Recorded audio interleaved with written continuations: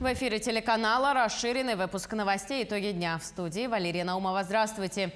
И вот о каких событиях прошедшего дня мы вам расскажем. В Якутии сняли режим ЧС в лесах регионального характера. Глава Якутии провел заседание с участием представителей федеральных ведомств. Консультации и обследование пациентов, нуждающимся в госпитализации, дадут направление в столицу. Бригада врачей Республиканского кардиологического центра работает в Алдане. Робот как полноценный специалист колл-центра в республике. Звонки в службу 122 принимает голосовой бот. Для чего введена разработка и по какой схеме работает голосовой бот? В Якутск прибыла копия дюбель-шлюпки «Якутск», которая была в составе Великой Северной экспедиции Витуса Беринга. Наш корреспондент поднялся на судно и расскажет подробности. В планах выступления на Олимпийских играх в Париже в 2024 году пятикратные чемпионки России по марафонскому бегу Сардане Трофимовой официально утвердили переход в сборную Киргизии. Режим чрезвычайной ситуации в лесах регионального характера снят. Такое решение принял глава Якутии по итогам заседания КЧС с участием представителей федеральных ведомств. В республике за последние 2 недели ситуация с лесными пожарами серьезно улучшилась. На текущую дату в Якутии действует 23 возгорания. На аналогичную дату прошлого года был зарегистрирован 171 лесной пожар.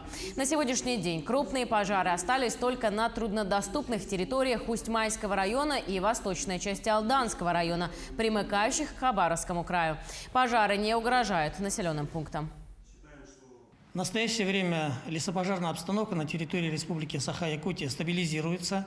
Проводятся работы по тушению 2 крупных лесных пожаров на территории Усть-Майского улуса. В остальных районах республики все пожары ликвидированы, поэтому сегодня на заседании КЧС республики принято решение о снятии режима ЧС в лесах в связи с лесными пожарами.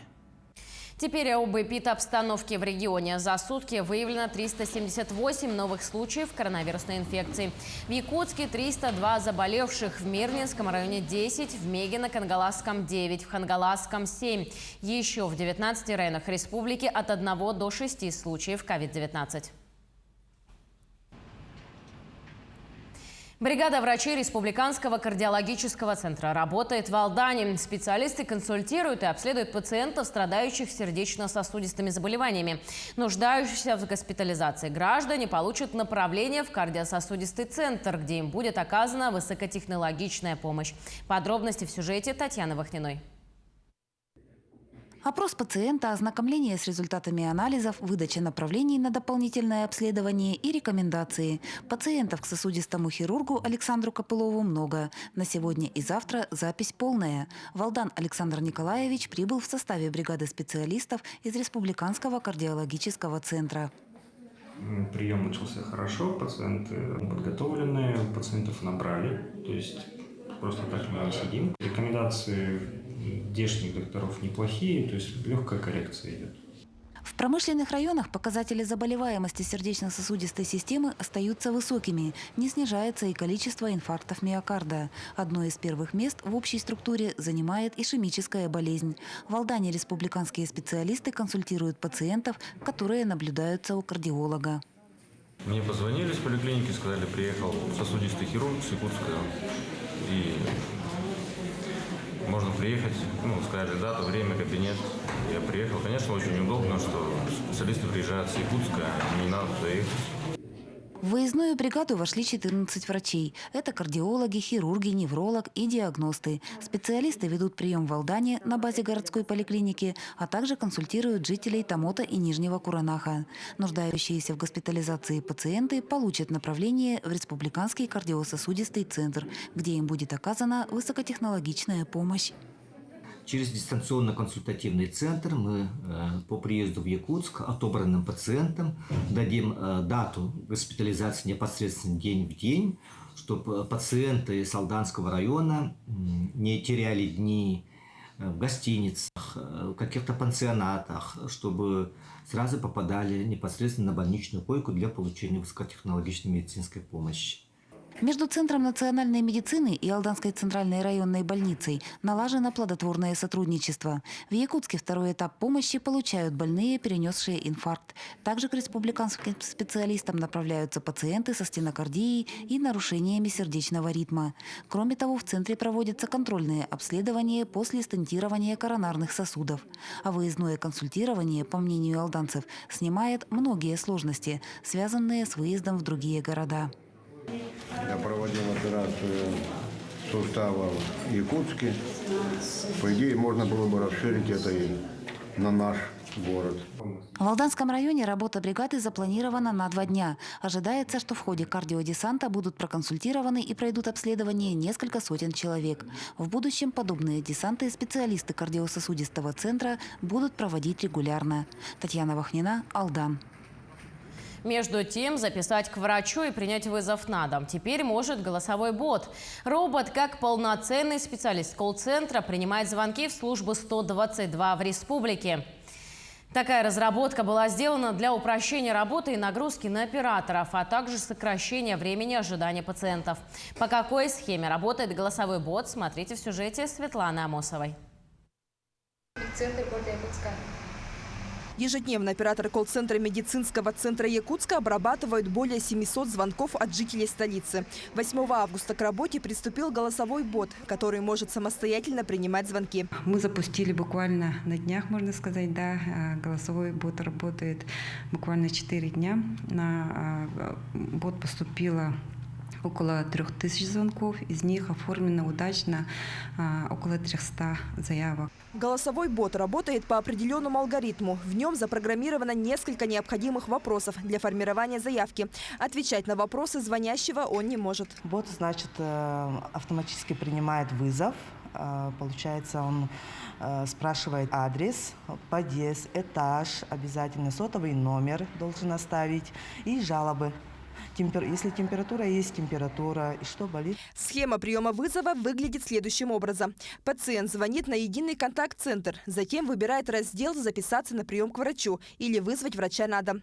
Далее звонок направляется к голосовому боту. После заполнения всех данных заявку моментально проверяет оператор колл-центра.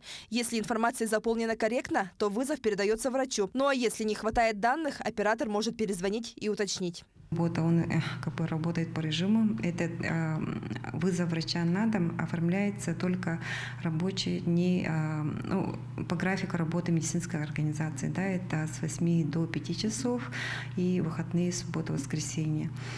Запись на прием к врачу круглосуточно ведется. В день на единый номер контакт-центра поступает около 5000 звонков. Голосовой бот предназначен для упрощения работы и нагрузки на операторов, а также сокращения времени ожидания пациентов.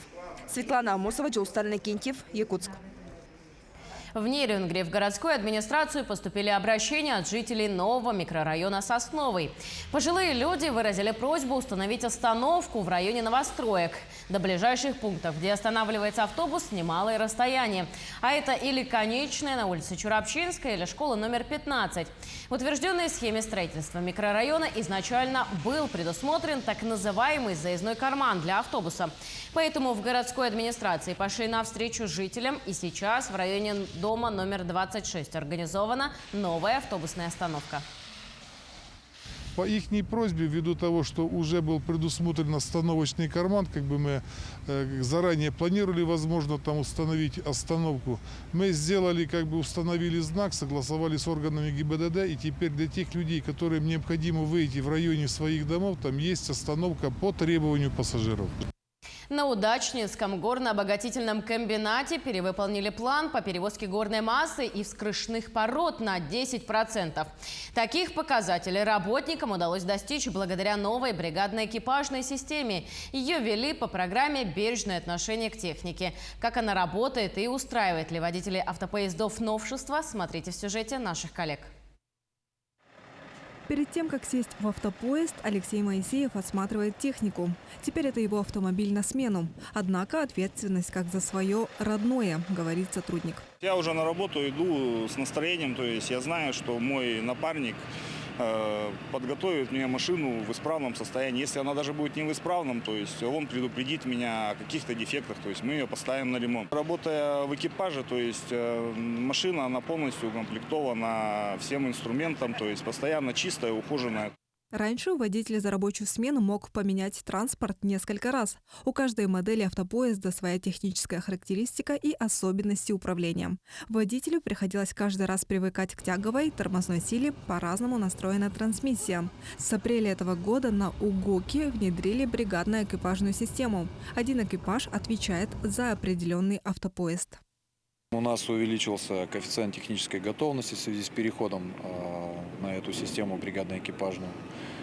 Меньше простоев транспорта на дороге, качественнее проводятся диагностические мероприятия со стороны водительского состава. Надо отметить, что в марте месяце мы перевыполнили план, в апреле месяце перевыполнили план, то есть по отношению к месяцам, в которых мы работали по динамической модели, у нас есть существенные улучшения. О том, что система эффективна и удобна, отмечает не только руководство, но и водители. То есть очень часто были сходы. То есть в бригадном методе у нас, то есть каждый водитель друг с другом разговаривает. Зачастую это предупреждение каких-то больших поломок. Бригадно-экипажную систему ввели по программе «Бережное отношение к технике». Главная задача – с помощью водителей предотвращать поломки автопоездов, привить работникам чувство ответственности за транспорт комбината. Пока новая система справляется с задачами. Анна Винокурова, Анна Брянская, Денис Сиротин, медиакомпания «Алмазный край». В Ленском отделении управления материально-технического снабжения обновляют склад для хранения тарных нефтепродуктов. Он позволит правильно и оперативно перемещать и разгружать порядка 300 контейнеров и в целом оптимизировать работу Ленского отделения УМТС. Рабочие отсыпали почти 6000 квадратов площадки, сделали подстилающий слой. Осталось уложить около 500 строительных железобетонных плит. После работники заполнят бетонным и битумным раствором швы между плитами. Работы проходят в рамках программы по улучшению складского хозяйства в отделениях УМТС. Склад не эксплуатировался, скажем, должным образом в связи с спецификой грунтов, которые не соответствовали для хранения и перемещения тяжелой грузоподъемной техники и механизмов. По срокам сдачи объекта говорить пока сложно. Работа для нас новая. Практики у нас еще к таким видам работ не было. Но мы приложим все силы, чтобы качественно выполнить данные виды работы. Штраф за выброшенных домашних животных ведут в России. Кроме того, штрафовать планируется чиновников, которые не обеспечили условий для надлежащего обращения с животными на подведомственных территориях. Соответственно, Кодекс об административных правонарушениях пополнится 6 новыми составами преступлений. Также начнут тщательнее следить за любителями экзотики, которые содержат в квартирах животных из запретного списка Министерства природы. Например, медведи, пумы, некоторые виды приматов и змей. Им будут выписывать штрафы до 200 тысяч рублей. Законопроект получил одобрение в первом чтении. Он должен окончательно вступить в силу уже осенью этого года. Многодетные семьи Якутии получат материальную помощь в преддверии нового учебного года. Денежная выплата на одного ребенка составляет 3800 рублей. Она предоставляется для приобретения комплекта школьной, спортивной и другой одежды. Пособие выделяется многодетной семье, среднедушевой доход которой не превышает величину прожиточного минимума в республике. Для того, чтобы получить компенсацию, необходимо подать заявление в органы управления социальной защиты или через портал госуслуг. В этом году мы планируем, что воспользуются этим 12 тысяч семей, в семьях которых обучается 27 тысяч детей по республике. Это материальная помощь заявительного характера, поэтому родители могут обратиться в управление социальной защиты. Остальные документы мы истребуем по межведомственному взаимодействию в электронном виде, и остальных документов необходимости нет, только заявление. 8 августа стартовал всероссийский автопробег «Газ в моторы-2022», посвященный столетию образования Якутской ССР. Автопробег стартовал в городе Нерюнгри и сегодня посетил по маршруту Нюрбинский район. На границе Верхневилюйского и Нюрбинского районов участников автопробега встретила делегация Нюрбинского района. Символичным является то, что данный автопробег проходит в год 55-летия газификации Якутии. В составе колонны есть автомашины ведущих газовых компаний республики и страны. Участники автопробега продолжат свой путь далее по маршруту Сунтар, Мирный, Ленск. Автопробег на газомоторном топливе должен дать дополнительный импульс в развитии сети автогазозаправочных станций и продемонстрировать экономичность и экологичность использования газа в топливе. Также еще целью этого автопробега является привлечение внимания федеральных органов власти и показать, что в Якутии развитая газовая инфраструктура, и также у нас есть потенциал в этом направлении. Вот как вы видите, наши машины на газобаллонном оборудовании, мы буквально проехали пол Якутии на газу.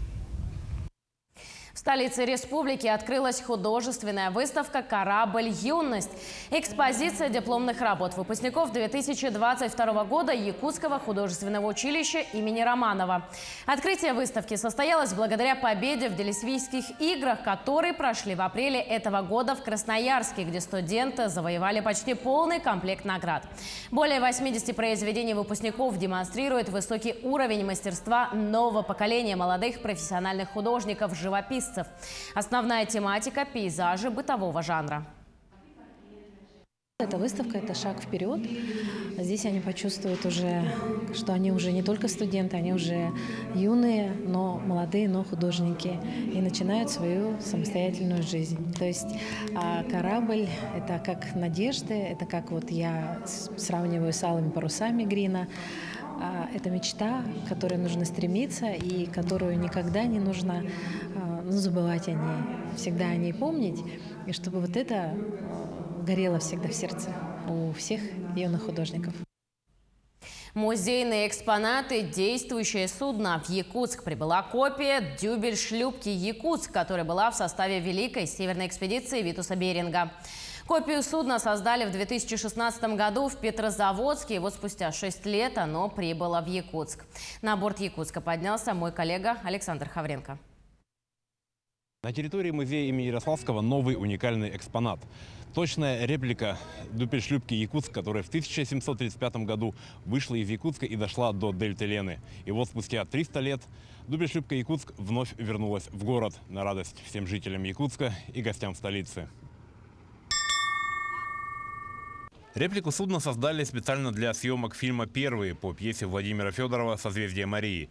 После завершения работы над картиной было принято решение переправить дюбель-шлюпку в Якутск, где она должна стать экспонатом музея имени Ярославского. Но их было построено несколько в Сибири, как раз для участия в Великой Северной экспедиции.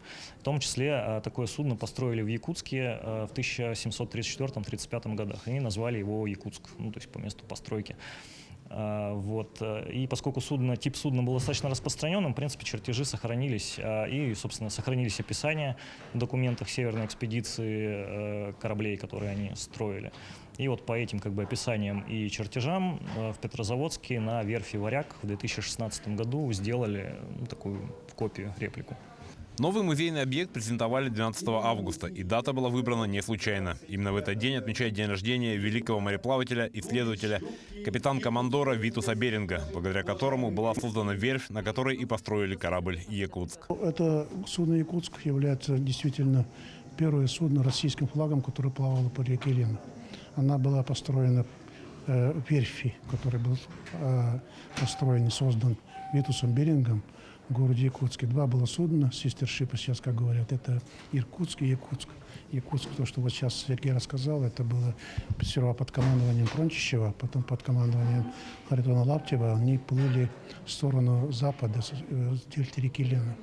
Безусловно, судно «Якутск» станет знаковым экспонатом музея имени Ярославского. Расположенное под открытым небом, оно наверняка привлечет к себе горожан и туристов. Есть такая задумка о том, чтобы сделать экскурсию на самом судне. Конечно же, это было бы очень интересно, поскольку само качество исполнения этого судна, оно, в принципе, является и судоходным, оно может и на самом деле быть и на плаву. Конечно, сейчас будем рассматривать разные варианты, есть разные предложения, каким образом дальше его использовать в экскурсионных программах, в каких-то турах, которые будут знакомить всех желающих еще ближе с историей освоения республики. Прикоснуться к истории, посмотреть, в каких условиях 300 лет назад мореплаватели покоряли неизведанные части России и на несколько минут самому погрузиться в атмосферу Великой Северной экспедиции может любой желающий. Для этого достаточно прийти во двор музея и прикоснуться к борту корабля. Александр Хавренко, Георгий Григорьев, Якутск. Пятикратной чемпионке России по марафонскому бегу Сардане Трофимовой официально утвердили переход в сборную Киргизии, в составе которой она планирует выступить на Олимпийских играх в Париже в 2024 году. Ранее спортсменка получила гражданство Киргизии. Для участия в Олимпийских играх ей также нужно получить разрешение Международного олимпийского комитета. Напомним, российская легкая атлетика с 2015 года находится под санкциями в связи с рядом допинговых скандалов. Также стоит отметить, что Международная федерация запретила российским и белорусским легкоатлетам выступать на крупных международных стартах. Далее, значит, по регламенту по смене гражданства Международной ассоциации легкой атлетики, значит, в свою очередь, уже Федерация легкой атлетики Республики Кыргызстан готовит письмо, опять-таки же, в адрес Международной ассоциации о том, что Сардана Трофимова уже является гражданкой Республики Кыргызстан, да, и уже готова выступить за счет Кыргызстана на всех международных соревнованиях. Но мы все надеемся, что вот учитывая то, что Сардана вот последние 3 года вообще не выступала на международных стартах, да, все-таки с пониманием отнесется руководство Международной ассоциации легкой атлетики, да, и все-таки сразу разрешат Сардане, да, и мы надеемся, что уже в скором будущем мы все будем наблюдать и болеть за Сардану уже на международных стартах, уже в составе сборной команды Республики Кыргызстан. Это возможность показать свои лучшие результаты. Век спортсмена, он очень короткий. Я хочу реализовать все свои возможности и, попытаться дойти до мечты, до цели. Я очень рада, что именно вот Киргизия приняла меня, как поддержали меня. Вот. Я благодарна Киргизской республике за такую возможность. Дальше мы готовимся на октябрь, конец октября, либо начало ноября. Мы будем найти старт и стартовать. Пока не нашли, но сроки примерно начало ноября. На этом у нас все новости. В студии работала Валерия Наумова. Всего доброго.